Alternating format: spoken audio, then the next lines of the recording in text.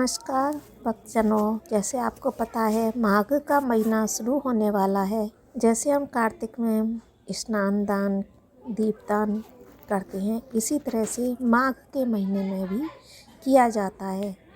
माघ का महीना श्री हरि विष्णु भगवान श्री कृष्ण के लिए अर्पित होता है, इसलिए इसे माधव मास भी कहते हैं। इस महीने में तीनों देव जल में निवास करते हैं और सभी के कष्टों का निवारण करते हैं और मनोकामनाएं पूरी करते हैं। इसलिए माघ स्नान बहुत ही महत्वपूर्ण माना जाता है। माघ स्नान करने से अनंत गुना फल की प्राप्ति होती है, सांसारिक सुखों की प्राप्ति होती है और अंत में वैकुंठ धाम की भी प्राप्ति होती है। यह महीना अनंत पुण्य फलदायी होता है। भक्तजनों के लिए माघ का जो स्नान है वह एक तपस्या के जैसा माना जाता है। आज की वीडियो में हम इसी विषय पर जानेंगे कि माघ के महीने में हमें क्या नियम अपनाने चाहिए, स्नान कैसे करना है, कब से कब तक करना है, किस प्रकार से इसकी पूजा विधि रहती है और इसके नियम क्या हैं और इसका उद्यापन कैसे होता है, इसमें आपको इस वीडियो में मिलेगी। वीडियो बहुत महत्वपूर्ण है, इसे आप एंड तक देखिए। माघ का महीना है जो भगवान हरि विष्णु श्री कृष्ण जी के लिए है। इसका स्नान कौन कौन कर सकता है? देखिए, माघ का स्नान जो है कोई भी कर सकता है। स्त्री पुरुष बुजुर्ग स्त्रियां बच्चे सभी कर सकते हैं। जो माघ का स्नान करना चाहते हैं वे सभी कर सकते हैं। आइए हम जानते हैं अब माघ का स्नान कब से कब तक करें। यह माघ का महीना 13 जनवरी शुरू हो रहा है, जब से आप माघ का स्नान शुरू कर सकते हैं। माघ का स्नान कैसे करना है?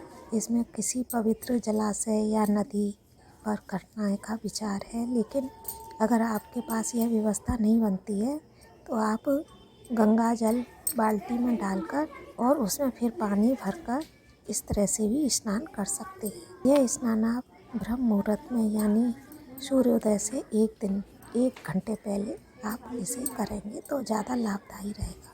इस तरह से हम सुबह उठ जाएंगे और ठंडे जल से स्नान करेंगे तो अधिक लाभदायक रहेगा।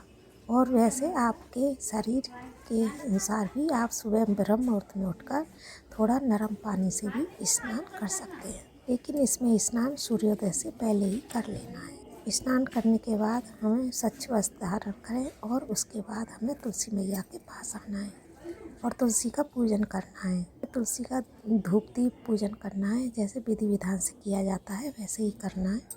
आप चाहें तो वहाँ पर विष्णु भगवान की प्रतिमा वो रख सकते हैं, तस्वीर है, फ़ोटो है या शालिग्राम जी हैं आपके घर में तो आप उनको भी रख सकते हैं। कृष्ण भगवान भी रख सकते हैं, लड्डू गोपाल जी हैं तो लड्डू गोपाल जी भी रख सकते हैं। वहाँ पर हमें रख के पूरा पूजन करना होता है। माघ मास का महात्म्य वहाँ पर बैठकर सुने। उसके बाद तुलसी की पूजन करते हैं, तुलसी की परिक्रमाएँ करते हैं और वहीं पर बैठकर ही भगवान के नाम का भजन भी करते हैं। इस प्रकार से हम सुबह की पूजा कर लेते हैं। मंत्रों का भी जाप कर सकते हैं। भजन पूजन के बाद 1 लोटा जल सूर्य देव भगवान को भी अर्पित कर सकते। सूर्य को अर्घ इस महीने में अवश्य रूप से देना होता है। इस प्रकार से हमारी सुबह की पूजा हो जाएगी। शाम के समय भी हमें तुलसी जी पर दिया जरूर लगाना है। क्या इसमें व्रत रखना आवश्यक होता है? आप चाहें तो पूरे 1 महीने भी व्रत रख सकते हैं या इसी तरह से आप सुबह का नियम धारण कर सकते हैं। फलाहारी रह सकते हैं, जैसा भी आप नियम धारण कर लें एक समय खाना खाने का, वैसे भी रह सकते हैं। पहले दिन नियम उठाना रहता है, आप चाहें तो किसी मीठे से नियम धारण कर सकते हैं या फिर एक समय आप शुद्ध सात्विक भोजन कम नमक का या बिना नमक वाला कर सकते हैं। आप अपनी सुख सुविधा के अनुसार स्वास्थ्य के अनुसार कर सकते हैं। जैसे इसमें दोनों एकादशी आती हैं, पूर्णिमा आती है, उनमें से आपको 1 व्रत या 2 व्रत तो जरूर करना चाहिए। अगर आप माघ के महीने का स्नान कर रहे हैं, पूरे महीने इस तरह से स्नान पूजा आदि करने के बाद माघ पूर्णिमा को माघ के महीने का उद्यापन किया जाता है। अब हम जानते हैं उद्यापन कैसे किया जाता है। माघ की पूर्णिमा के दिन इसी तरह से तुलसी मैया के सामने पूजन करेंगे।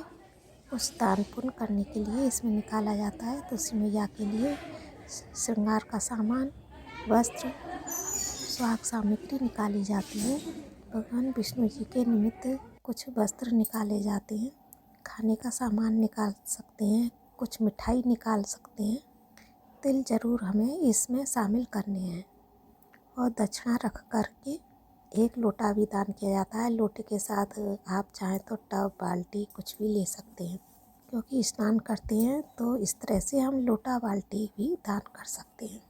फिर पूजा में रखने के बाद सारी सामग्री को मिनस देते हैं।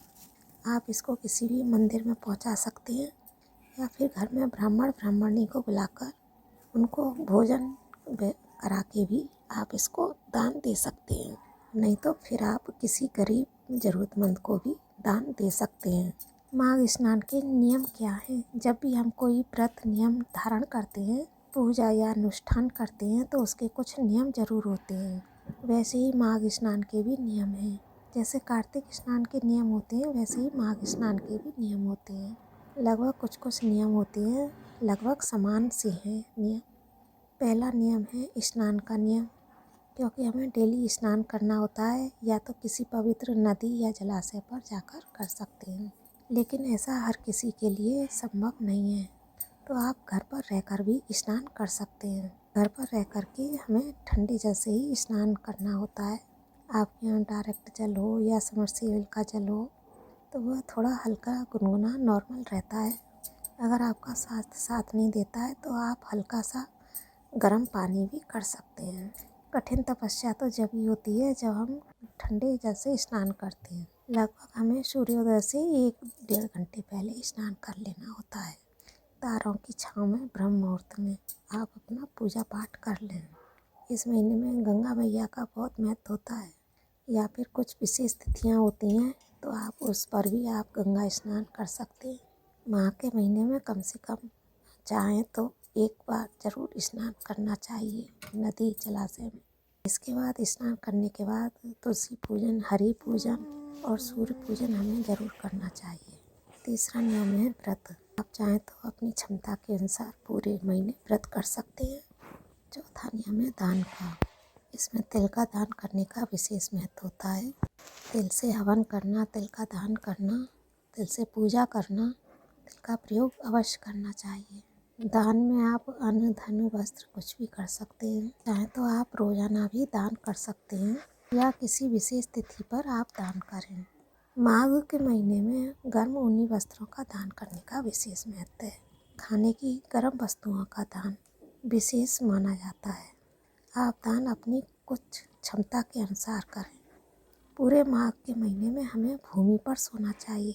बिस्तर लगा करके अगर आप भूमि शयन नहीं कर पा रहे हैं, तो आप अपने सोने का बिस्तर अलग से लगाएं। उस बेड पर आप ना सोएं जिस पर आप रेगुलर सोते हैं।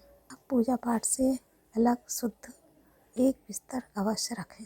पूरे माह के महीने आप उस बिस्तर पर शयन कर सकेंगे। आप या तो फोल्डिंग चारपाई पर भी आप सो सकते हैं, और शयन के लिए स्वच्छता रखनी है। इसमें हमें तामसिक भोजन का त्याग करना रहता है, जैसे प्याज, लहसुन, मांस, मदिरा, वह हमें डेली सेवन नहीं करना चाहिए। साथ में ब्रह्मचर्य का पालन हमें पूरे महीने करना चाहिए। अपने मन को पवित्र रखना चाहिए। भगवान का मन में स्मरण करना चाहिए। छल, कपट, झूठ, बुराई इनसे दूर रहना चाहिए। भगवान विष्णु और भगवान श्री कृष्ण का हर समय मन में चिंतन करते रहना चाहिए। और साथ में क्लीं कृष्णाय नमः का जाप कर सकते हैं। भगवान के किसी भी मंत्र का जाप कर सकते हैं। ओम नमो भगवते वासुदेवाय नमः।